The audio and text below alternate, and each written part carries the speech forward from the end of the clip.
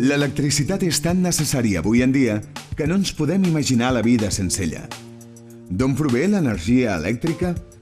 Les centrals elèctriques són les encarregades de generar-la. Hi ha diferents tipus de centrals en funció de la font d'energia que utilitzin.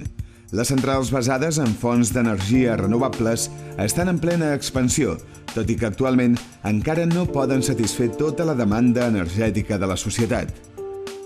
Les dues principals fonts d'energia renovable són l'eòlica i la solar.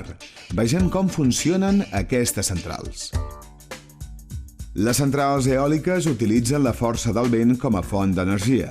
Per aquest motiu, cal emplaçar-les en terrenys específics on les condicions geogràfiques i del vent siguin les adequades per obtenir-ne el màxim rendiment.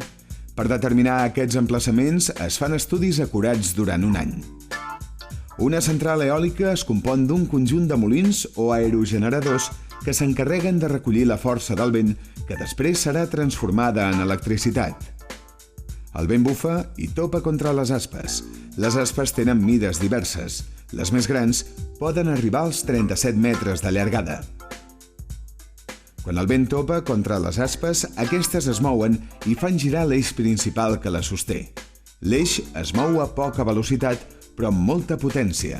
En canvi, per obtenir energia elèctrica no cal tanta potència, però sí molta velocitat.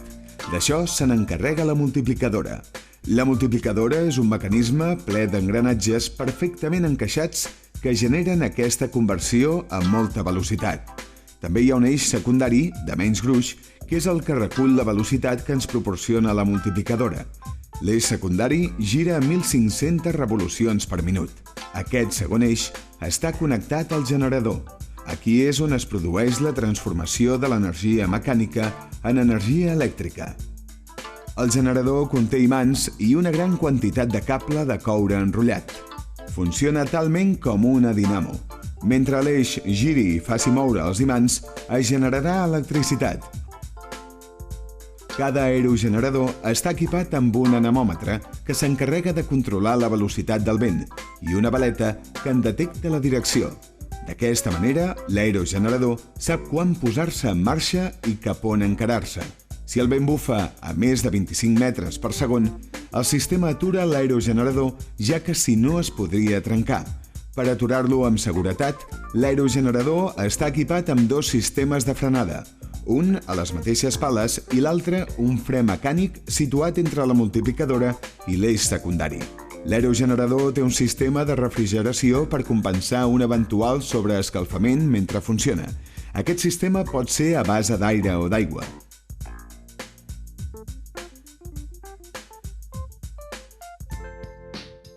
Un sistema informàtic s'encarrega de controlar el bon funcionament de l'aerogenerador. L'ordinador principal és el controlador. La subestació és l'edifici de la central que acull les dependències de manteniment i la sala de control des d'on es vetlla pel bon funcionament de la central. Allà es monitoritza el comportament de tots els aerogeneradors i, si cal, s'operen remotament. Una estació transformadora recull l'electricitat de tots els aerogeneradors del parc eòlic. Des d'aquí, aquesta electricitat degudament tractada s'aboca a la xarxa. Una altra font d'energia renovable en plena expansió és la solar. Les centrals solars utilitzen el sol com a font d'energia. L'energia solar la podem aprofitar per dues vies, la termosolar i la fotovoltaica. Les centrals termosolars generen vapor amb l'ajuda de la llum solar per fer moure una turbina, mentre que les fotovoltaiques aprofiten l'efecte fotovoltaic per generar electricitat. L'efecte fotovoltaic és la interacció entre la radiació solar i els electrons d'un material semiconductor. Ens centrarem en les plaques o l'energia fotovoltaiques, que són les més freqüents. Les cèl·lules fotovoltaiques són les encarregades de captar i transformar l'energia del sol. Aquestes cèl·lules estan formades per una làmina molt fina de silici, que és un material semiconductor. Solen ser quadrades, força primes i d'una superfície d'uns 100 centímetres quadrats.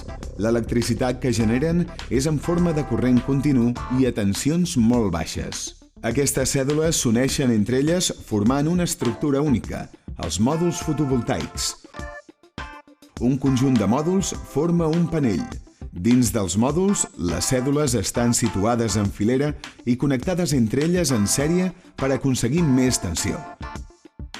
Per aprofitar l'efecte fotovoltaic, l'inversor s'encarrega de convertir el corrent continu generat en corrent altern i d'introduir aquesta energia a la xarxa. Un dels factors més importants que cal tenir en compte a l'hora de situar una placa fotovoltaica és la insolació. La insolació és la quantitat d'energia solar que rep una àrea determinada durant un cert període de temps. Cal procurar que la insolació sigui la màxima possible i aprofitar totes les hores de sol. Un altre aspecte important és la inclinació dels panells. Cal instal·lar-los perpendiculars al sol i orientats d'est a oest, mirant al sud a l'hemisferi nord i mirant al nord a l'hemisferi sud.